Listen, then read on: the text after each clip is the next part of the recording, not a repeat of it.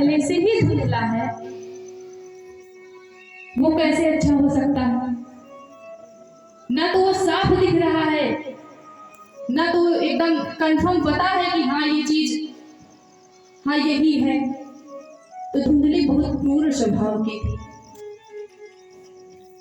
आत्मदेव जी को कोई संतान नहीं थी, कोई पुत्र नहीं था।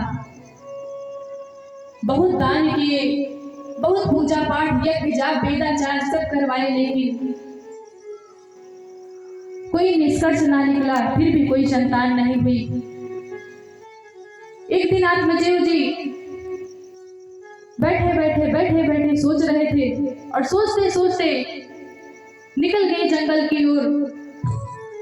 अब सोच के निकले हैं कि आज के बाद दोबारा लौट के इस अपने घर में नहीं आऊंगा, कहीं प्राण त्याग दूंगा, लेकिन घर में नहीं आऊंगा।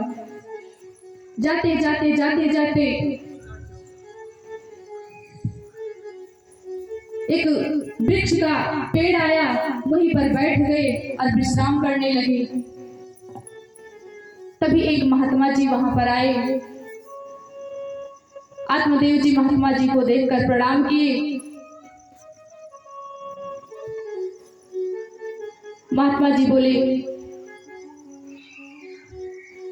कि आप कौन हैं और यहाँ पर क्या कर रहे हो? आत्मदेव जी ने ब्राह्मण देवता को अपनी सारी बात बताई और कहा, हे ब्राह्मण देवता, लोग कहते हैं कि ब्राह्मण तो पूजनीय होते हैं, आप ही कृपा कीजिए हमारे ऊपर, आप ही कोई उपाय बताइए। हमें कोई भी संतान नहीं है, आप कोई ऐसा उपाय बताइए जिससे हमें पुत्र की प्राप्ति हो जाए, संतान की प्राप्ति हो जाए।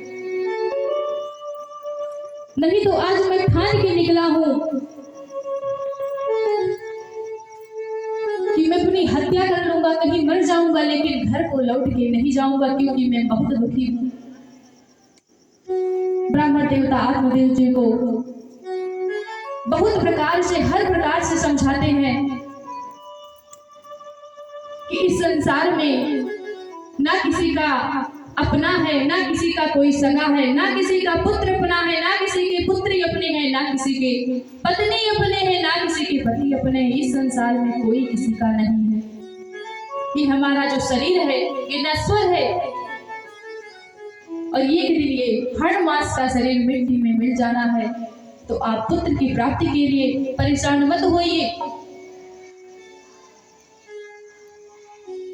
बहुत लोगों को पुत्र से ही बहुत कुछ झेलना पड़ता है। ब्राह्मण देवता आत्मदेव जी को हर तरह से समझाते हैं, लेकिन आत्मदेव जी को कुछ भी समझ में नहीं आया।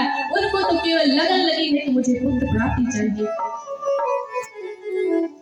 ब्राह्मण देवता बोले, ठीक है, जब आपकी जिद है तो मैं आपको एक फल देता हूँ, ये ले जाकर अपनी पत्नी को खिला देना।